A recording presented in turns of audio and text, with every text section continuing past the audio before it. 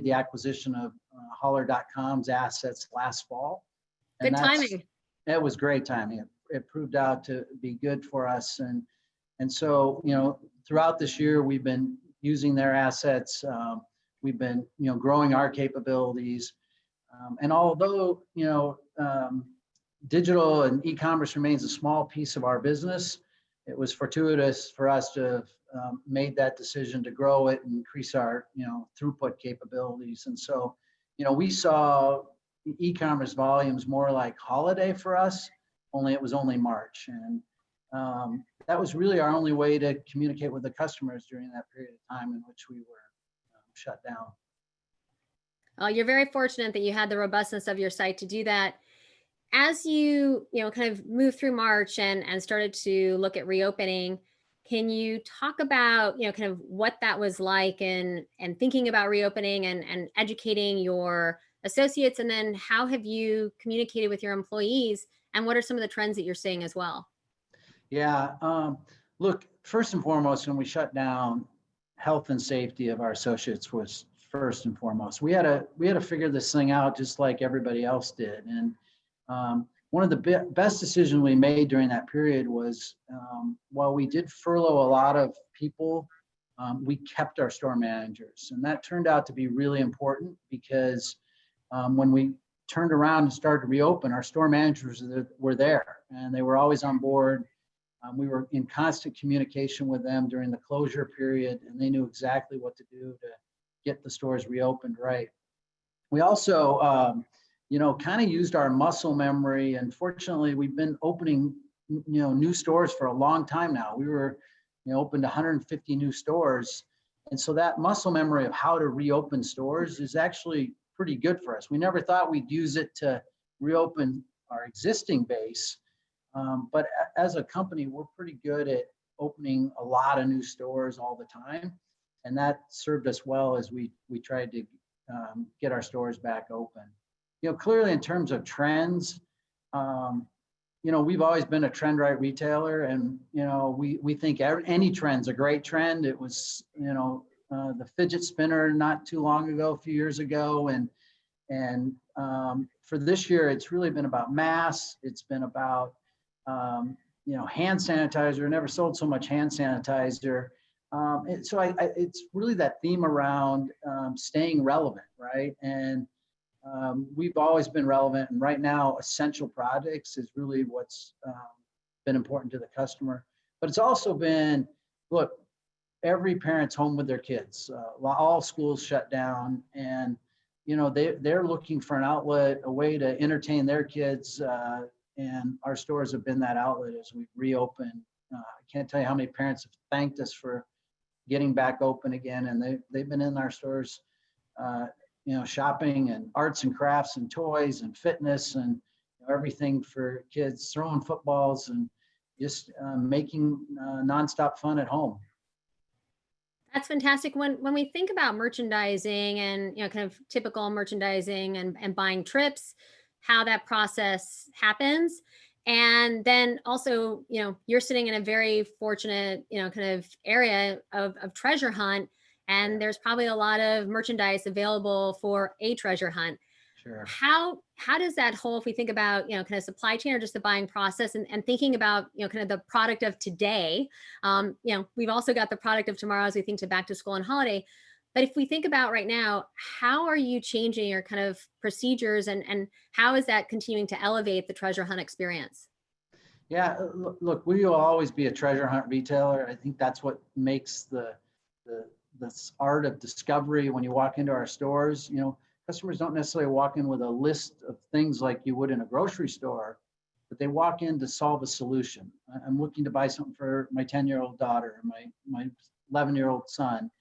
And you know, our buyers do a great job at that. And certainly as we reopen, we've really watched what the trends have been. And, you know, they're back in the market buying, and we've got great partnerships. You know, you and I are talking via video today. Right. That's how our buyers are talking overseas, you know, back to China, back to India, some of the other countries we operate in. So in some ways, it's actually allowed us to go faster. and not wait for a buying trip, not wait for a time to fly overseas, because that was basically rendered impossible to do during this time. And so they're using video technology, just as you and I are today, to expedite and get that product back in our stores. Well, there's also, when we think about it, right, there is expense that's taken out of the business. There's time that can be redeployed. And in some ways, right, we think about this, kind of efficient frontier, if we want to think about it, how are you seeing efficiencies kind of edge their ways into the businesses as we're all learning, kind of this new world that we're operating in? And also, how are your customers, we think about just efficiency, I would assume that they're doing more in one trip. So is like every day like Saturday, or what are you seeing from that perspective? Yeah, let me focus on the customer. That's probably where we've seen the biggest changes, and part of it's probably efficiency, part of it's just how the customer's life has changed. But like many retailers, we're operating under shorter operating hours than we ever have. We're only open 11 to 7. And so two things have happened. One, we're seeing our customers consolidate trips. They're being very deliberate when they're out shopping. And we've also seen a migration from the weekends into the week. And so most typical retail, it's all about Friday night, Saturday, and Sunday afternoon shopping. And so we've seen a more flattening of the Saturdays, as an example, and that volume shifting into Monday through Thursday. That's actually good for retail. It allows us to be more efficient. We need to spend more time, cleaning our stores, preparing our stores. So while we're closed, we have that time to get the store set for the next day. And the fact that kind of all 7 days are equal now actually makes it much more efficient for the retailer as well. But it's really the customer behavior that changed, and it's turned out to be better for retail. What do you think? And hopefully there's an end in sight soon to some aspects of our current environment. What kind of aspects of how the customer is shopping you, how they're changing their relationships with your store associates, what they're doing in terms of online, what aspects of that do you think sticks, and what do you think continues to evolve, or kind of goes right back to where it was in February? Yeah, I mean, look, the part that's going to stick for a little bit is I call it surgical shopping. A lot of retail was about just getting out and the endorphins released of being out shopping, being in a restaurant, interacting with people, and now our associates are wearing masks. The customer is very prescriptive in what they're buying, and I think until people feel safe that you're not going to die from COVID, I think that trend's going to continue. So this whole safe shopping, surgical shopping, being very prescriptive, that's going to be with us for a while. We certainly see that into 2021. But at some point in time, I do believe that will go away. But I think in the short to medium term, if you call it 6 to 12 months, that's going to be with us for quite some time. And then, unfortunately, I think the other side we're going to see is a continued consolidation of retail. Yeah. If you didn't enter this with a strong balance sheet, this is really put some real stress on some retailers out there. Unfortunately, we entered with no debt, strong balance sheet, and weathered the storm nicely, and in fact are coming back through this in nice shape. How do you, Joel, we've already seen a lot of, kind of fresh real estate come on the market. You've been doing a lot of really interesting tests with, kind of the format, the merchandise. Do you think differently in terms of where Five Belows could be located, kind of what the future of some of these additional formats might be? How this seems to me to be, for you especially, who I consider to be a real innovator, an opportunity to take some time and think about the future and what it might look like. Appreciate the words. And I always say we got to play offense. And we've been playing offense the entire 6 years I've been here. The prototype is completely different now than it was. We made a big investment last year in Nerd Street Gaming. We believe heavily in gaming and where that's going to go. That's just another example how we're changing. We also had to change our model when tariffs came along last year.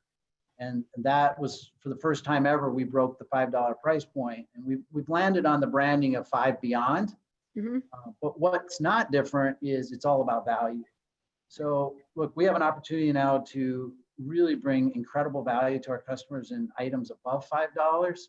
Um, we have the opportunity to be in different markets than we ever have been. You're seeing, if you follow us, you've seen us go into much more rural than we ever thought we'd go. We're pushing into urban more than we thought we would. And so this model is really working, but whether it's urban, suburban, or rural, testing gaming, going above the $5 price point, self-checkout now will be in almost half our chain by the end of the year. And we started working on that idea long before COVID came along, and it really, the customer wants that self-isolating experience, and checkout is part of it. And it's but for us to pivot from no self-checkout to half the chain in less than 2 years is just a great example of us playing offense, constantly innovating, and thinking about the business differently. I know that it feels very early and to think about holiday, but I know that, you've done an amazing job historically with, kind of the 10 Below gift shop and just really around gifting. And I think this year, more than ever, we're going to want to celebrate. Yeah. How are you kind of reimagining, if you will, what gifting looks like and what holiday 20 looks like?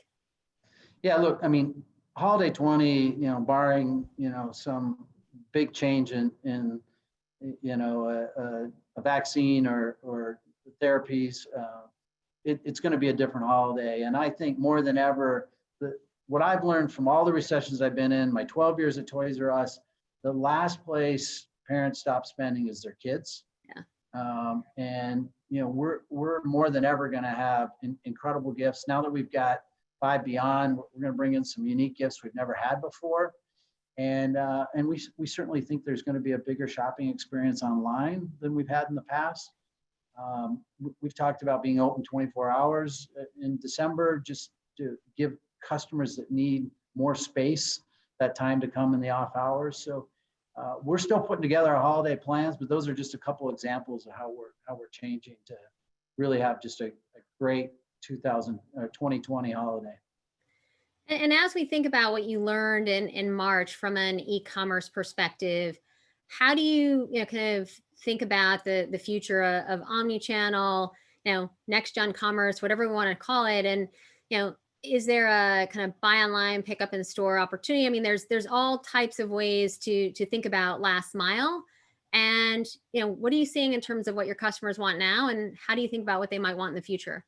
Yeah, I mean, I think one example is curbside. We never had curbside. A lot of people didn't have curbside, and that just emerged, in less than 60 days for us. And it's just that contactless transaction is really been important. And look, everybody's at a different stage with this, right? If you're elderly, if you're immune compromised, this is real, and we've got to be there for those customers too that need more space from us, the retailer. And I think e-commerce is going to really provide a great opportunity for that. And so we think certainly BOPUS is going to emerge for us. Look, this isn't 2000 where you can say, oh, e-commerce is just going to go away. And so while it may not be 50% of the business like it is for some other retailers, it is an aspect of convenience that we need to offer our customers that, for one reason or another, can't walk into our stores and experience a Five Below live. But at the same time, our stores are still a big area of growth for us. We're still going to open over 100 stores this year, and we'll continue to be there in all aspects for the customer. Thanks. That was really helpful. And one of the things that you had said was this idea of, kind of where some of the focus is, right, around gaming and some of these other categories, right? Kind of helping parents with students most likely at home, at least in some communities this fall, or university students. How do you, kind of think about this idea? We've heard it so much, I would say, really in the last 2 months about community. Yeah. And I've always felt that, and I think that's probably why Five Below does so well. And I grew up in a rural community, is this idea of, right, kind of it's the place where the community comes together. But as we think about community in a kind of more holistic sense of the word, how are you thinking about that, and how does the physical store, but also how does online create this opportunity for community at Five Below? I said earlier that one of the best things we did was not lay off our store managers. They are the face of the community. When we get the right store manager, it makes such a difference. And I'll tell you one quick story.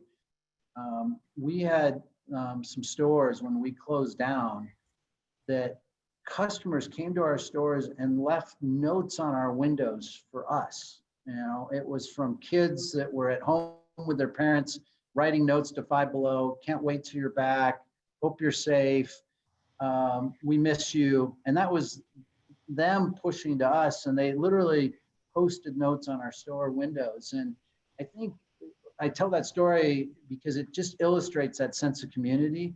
And when we can make that connection, and I said earlier, when we go into these rural areas, when we get more densely, more stores and densified, we connect with the local customer. The customer comes in, they know our associates, they know our store manager. And I think that's one of the responsibilities we have. And it's why we're getting into gaming. We have to go and where the kid is spending their share of wallet. And it's a little bit harder to do online. I think online we connect with our social posts, what we're doing, new arts and crafts. And it's amazing if you go study our Instagram feed or some things like that, the number of customers saying, please come to this city. When are you coming here? Yeah. That's just us, connecting and creating a sense of community. So thank you so much for all of those Yeah. amazing answers. We have a lot of questions, which we'll try to get through, most of them from the audience. So first of all, everyone, thank you so much. We'll start with this one from Agnes, because it really does a great job of continuing the conversation. Joel, can you share one big way in which e-commerce and your brick and mortar have worked together this time? What advice do you have for retailers? And can you share key strategies for how retailers can prepare to reopen safely? Yeah. Well, look, I've fortunately been around the horn a couple times in starting up e-commerce businesses, and one of the things you learned from what was done back in the 2000s was you separated it into a separate channel. And the example here is our head of supply chain. He runs both our fulfillment centers and our distribution centers, and we move our associates back and forth from when days are busy on because our fulfillment centers are located in our distribution centers, and we move associates back and forth from heavy days of e-commerce volume to heavy days in retail volume. And that's just one example where we really work together, because the customer doesn't care. One day they're buying from us in a store, that same customer 2 weeks later is buying online, and they want the same experience. So we have one set of buyers. They buy for both our e-commerce channel and our store channel. So we never ever created a separate infrastructure. The only areas that are separate are, if it's dedicated and it's not replicated in our store environment. And then are there, any learnings, for Agnes, in terms of, as you look to, kind of reopen safely, what were some of the key learnings that you had along the way, and what, just advice, and it could be, this was really hard. What advice do you have for those in the industry? Look, the best advice I can give any of them is communication. And I can't tell you how many town halls I've done via video. Our head of stores was on almost every week with the store teams. I jumped on many of those.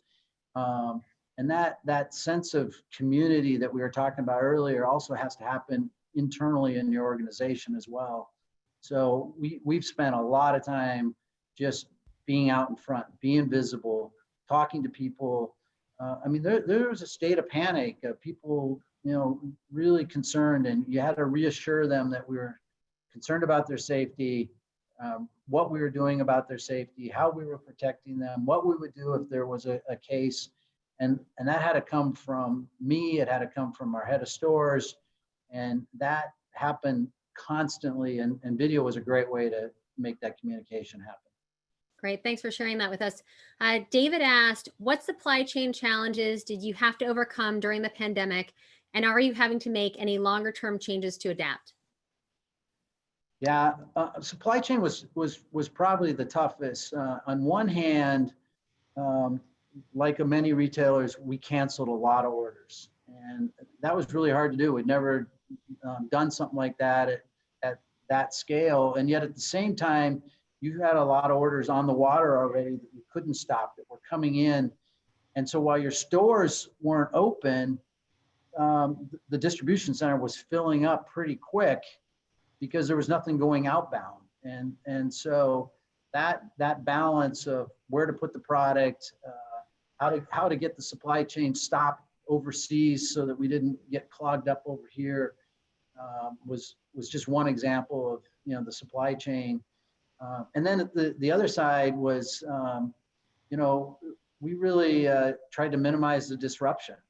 And by starting to get stores back opened again, we opened in waves. I think I talked to you earlier about, we fortunately have been a retailer opening a lot of stores for many years now. So we use that muscle memory to help us get reopened.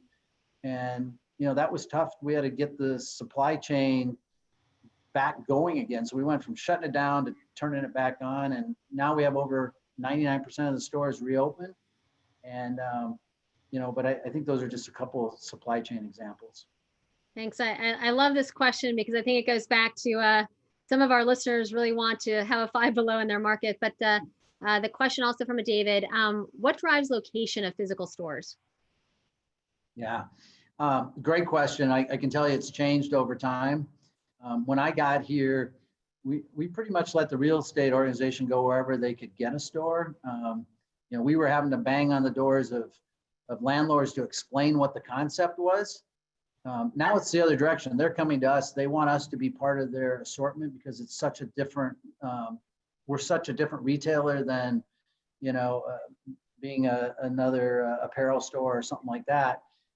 But really what we do is we try to have a healthy mix of not too many new markets while densifying existing markets. And so, for example, we just entered California a few years ago, and then we stayed only in Southern California.